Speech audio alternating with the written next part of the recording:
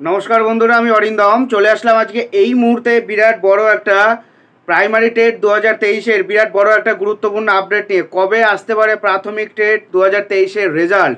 উঠে আসলো গুরুত্বপূর্ণ আপডেট। যতদূর আমাদের কাছে সম্ভব এই মাসে লাস্ট উইকে কিন্তু প্রাইমারি টেট 2023-এর রেজাল্ট আউট হতে পারে। সো কতটা যুক্তিযুক্ত সম্পূর্ণ আমি বলবো আজকে ভিডিওটাতে। সো ভিডিওটা আপনারা কেউ স্কিপ না করে প্রথম থেকে শেষ পর্যন্ত দেখুন, আপনাদের কাছে কনসেপ্টটা ক্লিয়ার হয়ে যাবে। এবং পর্ষদ কেন রেজাল্ট বার করতে এবং কোশ্চেন অ্যান্সার কি বার করতে এত দেরি করছে, আপনারা ভিডিওটা কন্টিনিউয়াসলি করুন, আপনারা বুঝে যাবেন। কলকাতা হাইকোর্টে জেরবার প্রাথমিক শিক্ষা পর্ষদ, মুখ খুললেন পর্ষদ সভাপতি গৌতম পাল মহাশয়। কলকাতা হাইকোর্টের নির্দেশে জেরবার প্রাথমিক শিক্ষা পর্ষদ, এর ফলে প্রাথমিক টেটের মডেল উত্তরপত্র প্রকাশ পিছিয়ে গেল। ফলে এপ্রিলের আগে টেট 2022-এ ফলাফল প্রকাশ হওয়ার সম্ভাবনা নেই বলেই মনে হচ্ছে। ইতিমধ্যে প্রাথমিক টেট 2022-এর প্রশ্ন এবং মডেল উত্তর নিয়েও মামলা হয়েছে কলকাতা হাইকোর্টে। তার শুনানি 2রা এপ্রিল অলরেডি হয়ে গেছে। পর্ষদের কাছে মতামত জানতে চেয়েছিল। 2রা এপ্রিল পর্ষদ তা জানিয়ে দিয়েছিল। যদিও মামলা জেতা নিয়ে আশাবাদী পর্ষদ সভাপতি গৌতম পাল। তিনি বলেন, এইবার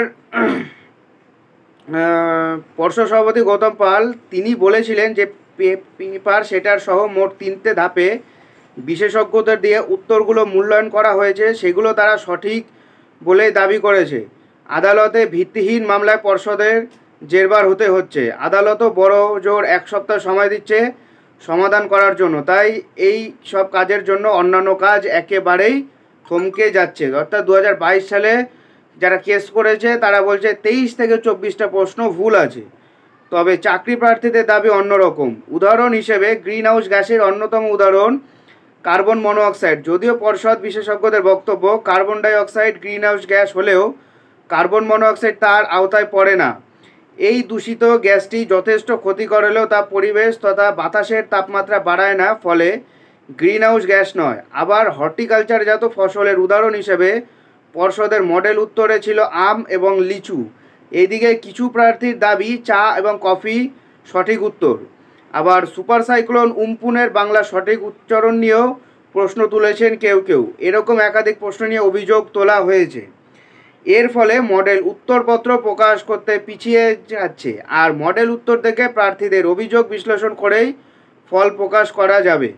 এর আগে মডেল উত্তর পিছিয়ে গেলে পুরো প্রক্রিয়াতে বিলম্ব হবে। প্রসঙ্গত 24শে ডিসেম্বর পরীক্ষাটি অনুষ্ঠিত হয়েছিল। যতদূর কাছে আমাদের খবর আছে, এপ্রিল মাসের লাস্ট উইক বা মে মাসের ফার্স্ট উইকের ভিতরে কিন্তু মডেল অ্যান্সার কি প্রকাশ করতে পারে। রেজাল্ট কবে দেবে তার কোনো খবর নেই।